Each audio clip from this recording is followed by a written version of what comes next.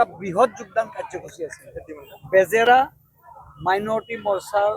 উদ্যোগত আৰু উত্তৰ কামৰূপ মাইনৰিটি মৰ্চাৰ সহযোগত টিটকুচি হিঙাৰপাৰা আগদলা হেহেনিপাৰা আৰু মান্দাকাটাৰ ৩০০তকৈও অধিক ৩৫০তকৈও অধিক আমাৰ কংগ্ৰেছৰ কৰ্মীয়ে স্বতঃস্ফূৰ্তভাৱে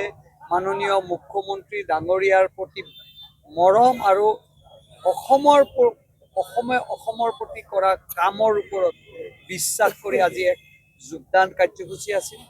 সঁচাকৈ আজিৰ দিনটো আমাক এনেকুৱা লাগিছে যেন আমি নিৰ্বাচনী সভাতে আমি অংশগ্ৰহণ কৰিছোঁ মই আশা কৰিছোঁ আজিৰ যোগদানে আমাৰ সংখ্যালঘু অঞ্চলৰ ৰাইজক হৈ আমি আৰু কাম কৰিব পাৰিম আমি প্ৰতিজ্ঞাবদ্ধ মুখ্যমন্ত্ৰী ডাঙৰীয়াক ২৬ত আমি আকৌ মুখ্যমন্ত্ৰী হিচাপে আমি বিচাৰিছোঁ ভাৰতীয় জনতা পাৰ্টি ফালৰ পৰা আৰু ৰাইজৰ উপস্থিতিয়ে প্ৰমাণ কৰিলে যে মুখ্যমন্ত্ৰী ডাঙৰীয়াই কৰা কামখিনিক ৰাইজে আঁকোৱালি লৈছে আৰু আমি ভাবোঁ এই যোগদানে আমাক সাহস দিছে এই যোগদানে আমাক শক্তি দিছে আৰু আজিৰ পৰা এই অঞ্চলত যিসকল মাইনৰিটি সংখ্যালঘু লোক আছে সেইসকলে যিসকলে যোগদান কৰিছে তেওঁলোকক আমাৰ পৰিয়ালৰ আমি গ্ৰহণ কৰিলোঁ বিজেপিৰ আৰু আজিৰ পৰা তেখেতসকলে আমাৰ লগত একেলগে কাম কৰিব আৰু ভাৰতীয় জনতা পাৰ্টিক অধিক শক্তিশালী ৰূপত বিশেষকৈ বেজেৰা মণ্ডল আগুৱাই যাব বুলি আজি আমি বিশ্বাস আমি পাবলৈ সক্ষম হৈছোঁ ঠিকভাৱে যদি আমি কথাখিনি কওঁ তেতিয়াহ'লে আমাৰ এতিয়া স্থিতিটো সবল অসমৰ বিভিন্ন প্ৰান্তত মই গৈছোঁ বিশেষ কৰি ডক্টৰ হিমন্ত বিশ্ব শৰ্মা ডাঙৰীয়াৰ নেতৃত্বত যিখন চৰকাৰ চলি আছে আমাৰ মাননীয় মুখ্যমন্ত্ৰী মহোদয়ৰ ওপৰত সংখ্যালঘু ৰাইজে আস্থা আৰু বিশ্বাস ৰাখি কেনে এইবাৰ বিপুল ভোটত তেখেতক পুনৰবাৰ মুখ্যমন্ত্ৰী বনাব দিন আমাৰ ভাৰতীয় জনতা পাৰ্টিৰ কামৰ প্ৰতি আকৃষ্ট হৈ আমাৰ সংখ্যালঘু মৰ্চাৰ বেজেৰা মণ্ডলৰ আণ্ডাৰত প্ৰায় ৪০০ৰ পৰা ৩৫০ৰ ভিতৰত মানুহ আমাৰ জইন কৰিছে গতিকে আমি তেখেতসকলক আন্তৰিক ধন্যবাদ জনাইছোঁ বৰ্তমান যিটো কংগ্ৰেছ দলৰ অস্তিত্ব নাই গতিকে কংগ্ৰেছ দলৰ লগত থাকি তেখেতসকলে লাভ নাই বুলি অনুভৱ কৰি পেলাই আমাৰ লগত যোগাযোগ কৰিছে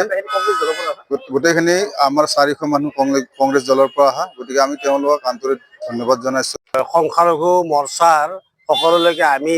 মানে সাধাৰণ ৰাইজ হিচাপত ধন্যবাদ জনাইছোঁ